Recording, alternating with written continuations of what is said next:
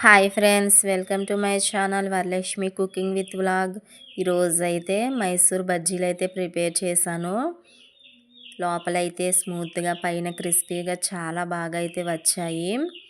ఇప్పుడైతే మీకు ఈ ప్రాసెస్ అయితే చూపిస్తాను. ప్రతి ఒక్కటి అయితే రౌండ్ షేప్ వచ్చింది. ఎక్కడన్నా ఒక దానికైతే ఇలా చిన్న చిన్న తోకల్లా అయితే వచ్చాయి. కానీ ఇప్పుడైతే మీకైతే ప్రాసెస్ చూపిస్తున్నాను. ముందుగా అయితే పావు లీటర్ పెరుగునైతే తీసుకున్నాను. నేను వచ్చేసి అర కేజీ మైదానైతే తీసుకుంటున్నాను.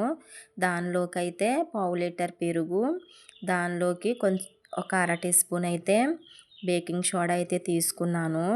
అలాగే రుచికి సరిపడా సాల్ట్ను కూడా వేసుకున్నాను. వేసుకుని అయితే విస్కర్తో అయితే దీన్ని బాగా బీట్ చేసుకోవాలి. ఎంతలా బీట్ చేయాలంటే దీన్ని ఎయిర్ బబుల్స్ వచ్చి మొత్తం దీని నిండా ఎయిర్ బబుల్స్ ఫామ్ అయ్యేంత వరకు అయితే మనం ఇలాగా బీట్ చేసుకుంటూ ఉండాలి. ఒక 5 మినిట్స్ అయితే ఇలా బీట్ చేసుకుంటే సరిపోతుంది. క్రీమీ స్ట్రక్చర్ అయితే వచ్చేయాలి ఇదంతాను.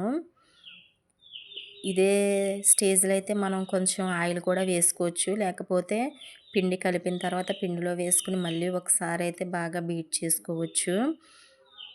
చూడండి, ఇలా అయితే బీట్ చేశాను కదా. దీనిలోకి అయితే నేను వేడి వాటర్ కూడా కాచుకున్నాను. గోరువెచ్చని వాటర్ అయితే వేసుకోవాలి దీనిలోను. నేనైతే ఈ బజ్జీలు వచ్చేసి హోటల్లో చేసే వాళ్ళనైతే టిప్స్ అడిగైతే చేస్తున్నాను. కొంచెం అదే పద్ధతిలో అయితే చేస్తున్నాను. ఈ కొలతల ప్రకారం అయితే చెప్పారు, ఇలా అయితే చేస్తున్నాను. ఇప్పుడైతే వాటర్ కూడా తీసుకుంటున్నాను కదా. దీన్నైతే ఈ పెరుగులో అయితే వేసేసుకోవాలి. ఇలా వేసుకున్న తర్వాత ఒక్కసారి బాగా మిక్స్ చేసుకుని సాల్ట్ సరిపోయిందో లేదో చూసుకుని, సాల్ట్ సరిపోకపోతే ఇదే స్టేజ్లో అయితే సాల్ట్ను కూడా యాడ్ చేసేసుకోవాలి. వాటరు ఇంకా మనకు అవసరమైతే కొంచెం కొంచెంగా వేసుకోవచ్చు. ఇది వచ్చేసి అర కేజీ మైదా అండి. మైదానైతే ఇందులో వేసేసుకున్న తర్వాత విస్కర్తో అయితే కలుపుకోవాలి. ఇలా కలుపుకున్న తర్వాత మనకి వాటర్ సరిపోకపోతే కొంచెం వేసుకుని అయితే మళ్ళీ కలుపుకోవచ్చు.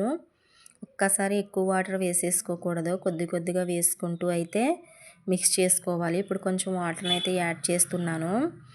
ఇలా అయితే వేసుకుని మళ్ళీ ఒకసారి అయితే కలుపుకున్న తర్వాత కొంచెం వేడి తగ్గిపోతే చేత్తో అయితే బాగా బీట్ చేసుకోవాలి. కొంచెం వేడైతే తగ్గింది. ఇప్పుడైతే చేత్తో బాగా బీట్ చేసుకోవాలి. మనం ఎంత బాగా బీట్ చేస్తే అంత బాగా అయితే బజ్జీలు అయితే వస్తాయి. ఇలా అయితే పైకి కిందకి ట్యాప్ చేస్తూ బాగా బీట్ చేసుకోవాలండి. ఇలా బీట్ చేసుకున్న తర్వాత దీనిలో ఆయిల్ కూడా వేస్తాను, ఆయిల్ కూడా చూపిస్తాను. మనం పెరుగులైనా వేసుకోవచ్చు. నేనైతే పిండి కలిపిన తర్వాత అయితే ఆయిల్ అయితే వేస్తున్నాను. ఫస్ట్ టైం చేసిన వాళ్ళకైనా కానీ చాలా బాగా అయితే వస్తాయండి. ఇలా అయితే ఒకసారి అయితే ట్రై చేయండి. ట్రై చేస్తేనే కదా మనకి వస్తుందో రాదో తెలుస్తుంది. ట్రై చేయకుండానే మనకు రాదనుకుంటే ఎలా? ఇలా అయితే ట్రై చేయండి. చాలా పర్ఫెక్ట్గా ఈజీగా కూడా అయిపోతాయి. మనకి తెలియనివి తెలుసుకుని చేయడంలో తప్పేమీ లేదు. ఇప్పుడైతే 2 స్పూన్ల ఆయిల్ని అయితే వేసాను కదా. మళ్ళీ దీన్ని ఒక 5 నిమిషాలు అయితే బాగా బీట్ చేసుకుంటున్నాను. ఇలా అయితే కలుపుకొని ఆయిల్ అంతా కలిసేలా కలుపుకున్న తర్వాత మళ్ళీ బీట్ చేసుకుని దీన్నైతే ఒక అరగంట పాటు అయితే పక్కన రెస్ట్ ఇచ్చేయాలి. మనకి టైం ఉంటే కనుక ఒక గంట 2 గంటలు టైం ఉంటే ఉంచుకోవచ్చు. అలా కాకుండా అప్పటికప్పుడు వేసేసుకోవాలంటే ఒక అరగంట దీనికి రెస్ట్ ఇచ్చేస్తే సరిపోతుంది. ఇలా బీట్ చేసిన తర్వాత అయితే చూడండి, ఇలా అయితే బాగా బీట్ చేసుకోవాలి. దీనిలోకైతే పులిసిన పెరుగైతే ఇంకా బాగుంటుంది. మీకైతే చూపిస్తున్నాను చూడండి. ఇలా వేస్తే కనుక ఇలా బజ్జీ షేప్లో పడితే కనుక మనకి కన్సిస్టెన్సీ అయితే సరిపోనట్టే. ఇలా బీట్ చేసిన పిండి మీద అయితే మూత అయితే పెట్టుకుని ఒక అరగంట పాటు అయితే పక్కనైతే ఉంచేసుకోవచ్చు. ఈ లోపు అయితే మీకైతే చట్నీ కూడా ప్రిపేర్ చేస్తున్నాను, ప్రాసెస్ అయితే చూపిస్తానండి. దీన్నైతే పక్కకైతే పెట్టేస్తున్నాను. పల్లీలు కొబ్బరి వేసి అయితే చట్నీ ప్రిపేర్ చేస్తున్నాను. ఇలా పల్లీలు వేయించేసుకుని ఇలా పొట్టుతో అయినా చట్నీ ప్రిపేర్ చేసేసుకోవచ్చు. పొట్టు తీసుకుని అయినా చట్నీ ప్రిపేర్ చేయొచ్చు. నేనైతే లైట్‌గా అయితే పొట్టు అయితే తీసుకుంటాను. టేస్ట్ అయితే బాగుంటాయి పొట్టుతో ఇలాగా చట్నీ ప్రిపేర్ చేసుకుంటే. దీనిలోకి పచ్చిమిర్చి కూడా తక్కువగానే వేస్తున్నాను. పిల్లలైతే మంట అయితే తినరని. ఆయిల్ అయితే హీట్ అయిన తర్వాత పచ్చిమిర్చిని అయితే వేసేసుకుంటున్నాను.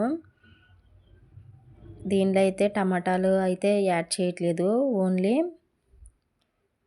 పల్లీలు, కొబ్బరి అలా అయితే చట్నీ ప్రిపేర్ చేస్తున్నాను. జీలకర్రను కూడా వేసుకున్న తర్వాత జీలకర్ర ఫ్రై అయ్యాక కొబ్బరిని అయితే వేసి స్టవ్ ఆఫ్ చేసేసుకోవాలి. కొబ్బరి కొంచెం ఇలా నూనెలో లైట్‌గా ఫ్రై అయితే బాగుంటుందని కొంచెం అయితే లైట్‌గా ఫ్రై చేశాను స్టవ్ ఆఫ్ చేసేసి.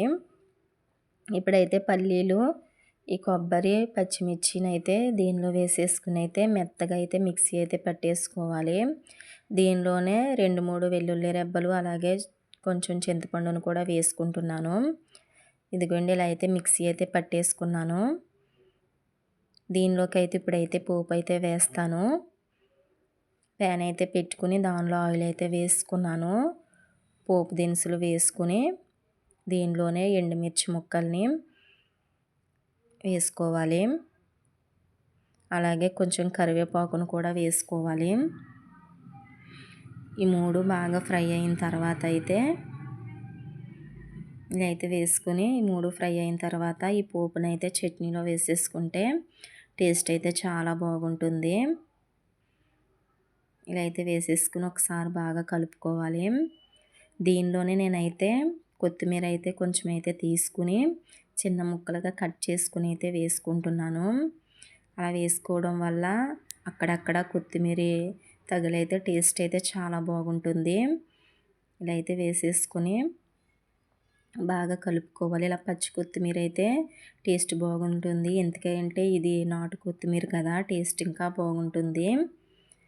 చట్నీ అయితే ప్రిపేర్ అయితే అయిపోయింది. టేస్ట్ అయితే చాలా బాగుంది. ఇప్పుడైతే బజ్జీలు వేసుకోవడానికి ఆయిల్ కూడా పెట్టుకున్నాను. ఆయిల్ అయితే హీట్ అవుతుంది. ఒక గిన్నెతో అయితే కొంచెం వాటర్ని కూడా పెట్టుకొని చేయి తడుపుకుంటూ అసలు ఈ పిండిని అయితే ఇంకా కదపకూడదండి. ఇలా ఒక పక్క నుంచి అయితే ఇలా చేయి పెట్టి తీసుకుని ఇలా అయితే కొంచెం కొంచెంగా తీసుకుని ఒక పక్క నుంచే తీసుకోవాలి. ఇలా అయితే బజ్జీలు అయితే వేసేసుకోవాలి. ఒకవేళ మనం ఈ పిండిని మళ్ళీ ఒకసారి కలిపామంటే మళ్ళీ ఫస్ట్ నుంచి అయితే దీనికి రెస్ట్ ఇవ్వాలి ఒక అరగంట పాటు. అసలు ఇలాగా రెస్ట్ ఇచ్చిన తర్వాత పిండికి మళ్ళీ రెండోసారి కలిపితే బజ్జీలు అయితే అస్సలు బాగా రావు. చూడండి మీకైతే చూపిస్తున్నాను కదా, ఈ విధంగా అయితే బజ్జీలు అయితే వేసేసుకున్నాను. ఇలా వేసుకుని వీటిని అయితే గరిటెతో అయితే ఇలాగా తిప్పుకుంటూ అయితే ఉండాలి.